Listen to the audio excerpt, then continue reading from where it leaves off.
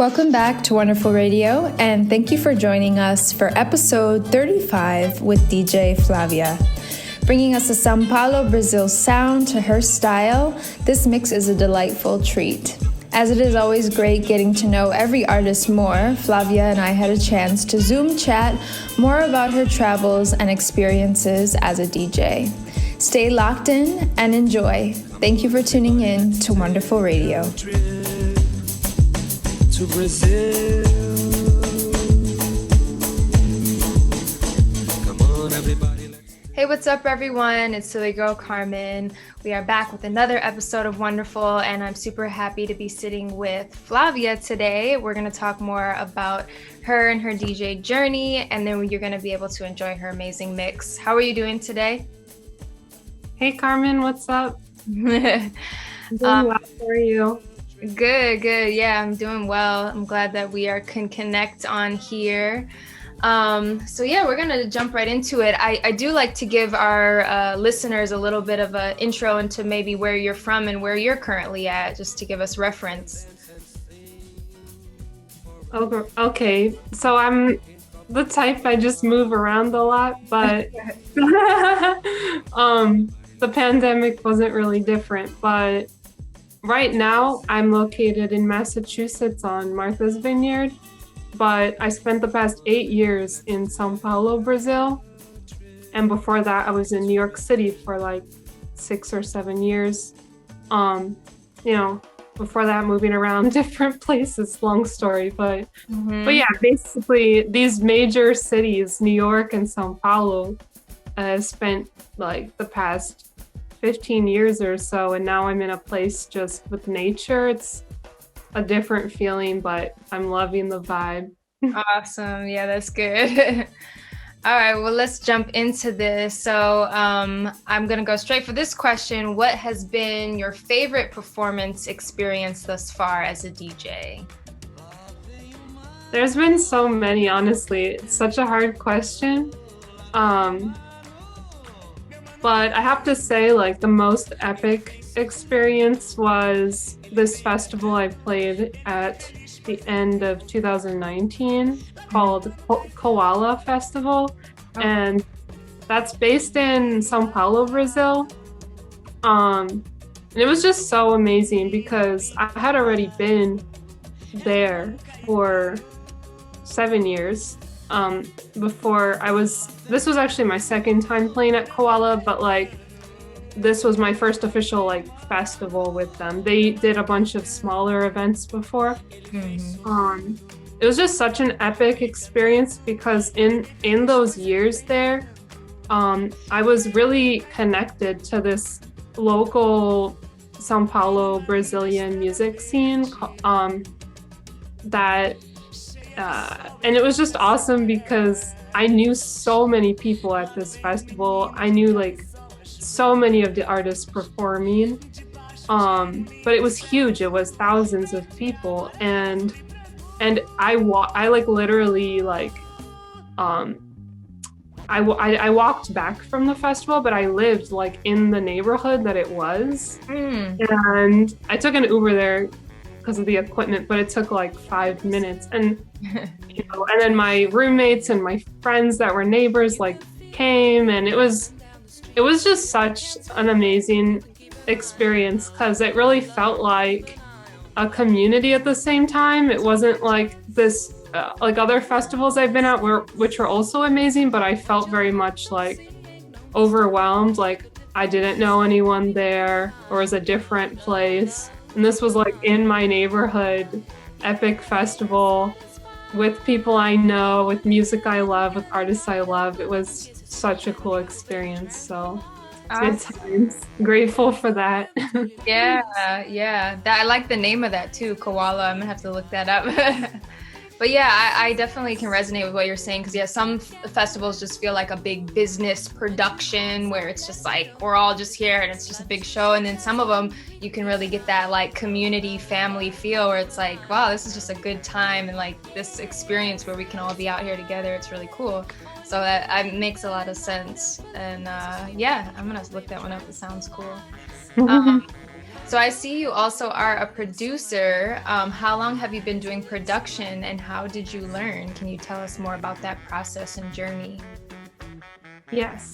Well, I started DJing in like 2009, so I think it's been, well, like almost 12 years. Yeah. But with production, I started about 2 years after I started DJing. More just because I didn't really see myself being a music producer ever. I just wanted to learn the audio software so I could edit the songs I was DJing.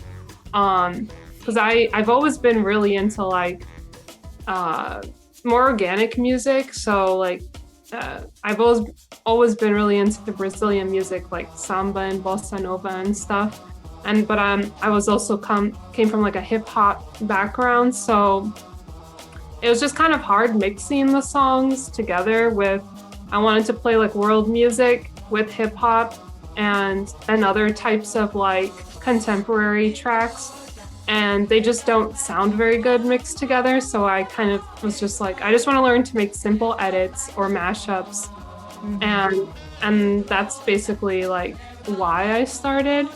And I actually like took my first music production course when I was on a trip in Brazil, like before I actually moved there. I think it was 2011. So my dad lives there, so I was there visiting him for a few months. I didn't know anybody. And in New York, I was really part of this DJ community of Scratch DJ Academy, because that's where I learned, and I also worked there.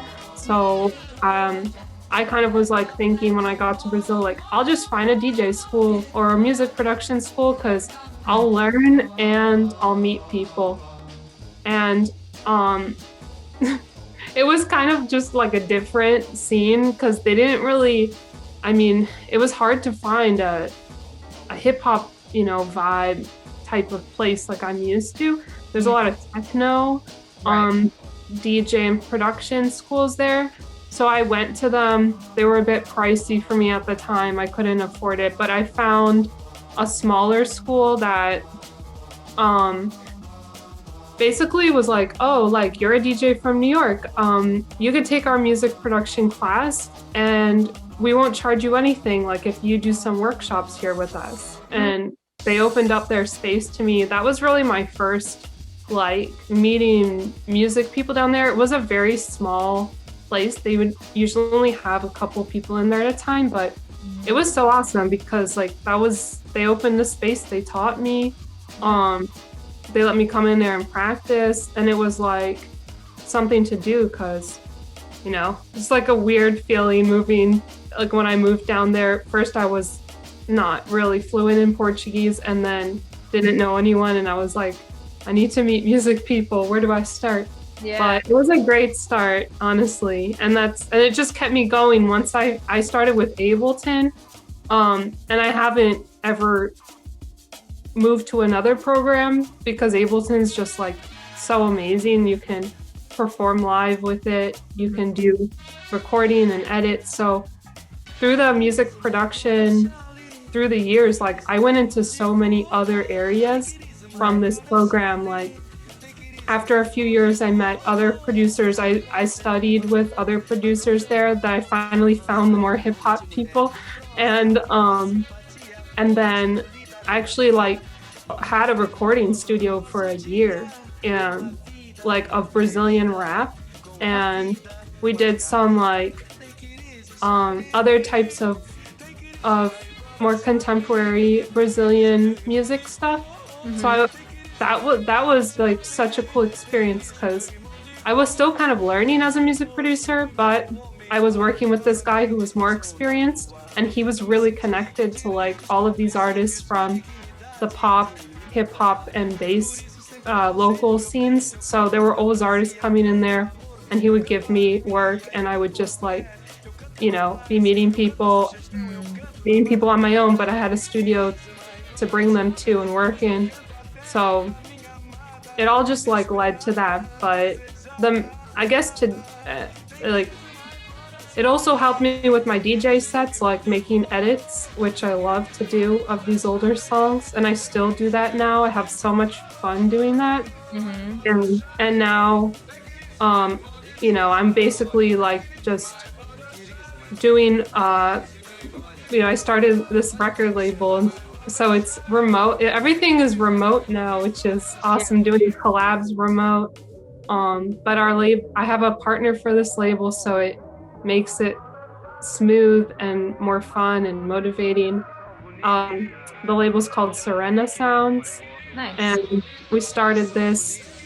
So I met this amazing singer-songwriter, and she also has a similar story to mine. She's like half Brazilian, half American.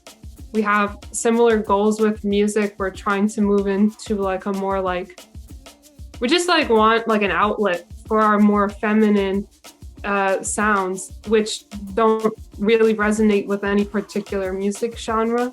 They're kind of like genre-less music, but and we both have this like very strong connection to the ocean. So we came together with like these ideas and trying to figure out what we're really going to do together. And then through several months of like meetings and discussions, we just decided, no, like a label, that's what we're doing. And it's coming together so nice. So nice. I'm really excited for this next phase of me actually being a music producer, not producing for other people and not just doing remixes, but starting to launch like my original tracks. Awesome. Let's see where it goes. That's very cool. Yeah. So I'm sure I'm kind of in that cusp of trying to learn, going to the more production side too. Is that I'm assuming it's kind of just an ongoing learning and growing process from where you began and then what you're capable of doing now over the years. Yeah. That's really cool that you were using it as an element to like customize what you wanted to hear in your DJ sets. Like that seems like it was probably a good place to start and probably a cool asset to make your sets even more unique. So because you were hearing different things that you could change. And yeah, very exciting. I'm excited to hear your music releases. I know everybody's in a very creative space right now, and same with me. I'm working on some music, so it's like everybody's just exploring what is possible. So it's going to be cool to hear your releases with your label coming soon. So we're going to jump into our third question. If you could do a back-to-back performance with another DJ, who would it be and why? This is also a tough one. Yeah.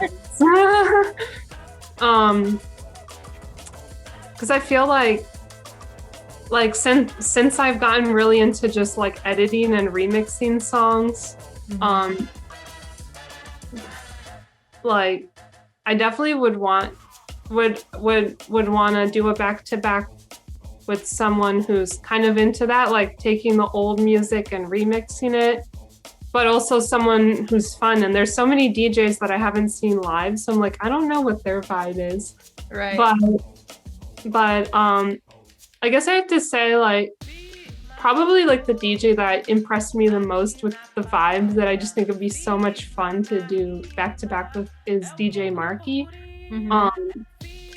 I saw him a few times in Brazil. He's like one of like the most respected DJs in Brazil because he's been going since the 90s. Okay. And he kind of he was one of the big like DJs in the drum and bass scene in the 90s.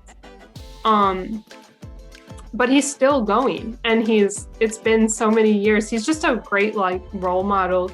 When you see him play, when I saw him play, I was just like mind blown, like how much energy he puts into it and how into it he gets, and like everyone gets so into it, and he has just like, it's just a time. So I think like he would be awesome to do back to back with, I think.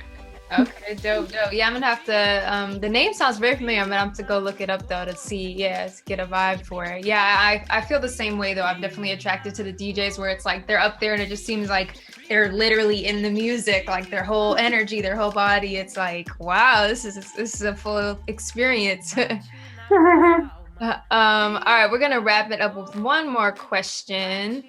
So of course I'm intrigued to know about this as well. I've never been to Brazil. So if you had friends coming to visit Brazil, what would be your go-to recommendation for food and fun? Obviously in a time where we weren't with restrictions and a lockdown, but yeah, what are your some go-to places you love? So I know it's like sounds like weird, but I actually didn't do as much traveling as I wanted to when I was down there. More just because I think it's just like I was in Sao Paulo, and Sao Paulo is such a big city, so I was just kind of sucked into Sao Paulo. But luckily, through the years, I got to take some trips, and there are just the places I've been, like, it's just beautiful. I mean, as far as going somewhere that's just beautiful, one of my favorite places that I've been is called it's a little like beach town in between Rio and São Paulo called Paraty. Paraty, it's spelled like Paraty. And it's also not too far away from that whole region. So like anywhere in that region is just so beautiful. It's like at the Atlantic forest, and just like this rich like rainforest, and really close to the beach. And there's an island that you need to take a ferry to go to called Ilha Grande. And so there's no cars on the island, but it's like, that was one of the most beautiful places I've been, because you can just hike everywhere. You can either camp or stay in like an inn. And really like that, for me, that's like awesome food too, by the beach, because there's, you know, fish and things like that. Yeah. But I also I became a vegetarian a few years ago. But there's still just in these beach towns, like they're like pretty conscious communities as well, and they have a lot of tourism, so they always have like vegetarian and vegan options also. I haven't traveled so much to the north as like I wanted to, like, but a lot of people go to Bahia and say amazing things about Bahia. It's another state. And I just haven't been, so I don't know what to recommend there. And then there's also an island in the south in a state called Santa Catarina, and the island's called Florianopolis. And this is like a different side of Brazil because it's more in the south, and but it's like also just really beautiful there. So I definitely like the island beach vibe, but I never lived in those type of places. It was always my dream, and it's just funny because now I'm like living on an island in the US. It's just like, all right, well, I got my wish, but it's not in Brazil anymore. Right. Well, that is awesome. Yeah, I'm gonna use this as reference when I do get to eventually travel to Brazil and see some nice nature and beach areas. Well, thank you so much, Flavya, for coming on here and giving us a little background into your music journey and telling us a little bit about Brazil. I'm really looking forward to everybody hearing your mix, and we appreciate you coming on Wonderful Radio. Thanks for the invite, Carmen. This is great. Well, we look forward to hearing your music very soon. Have a good one. You too. Thank you.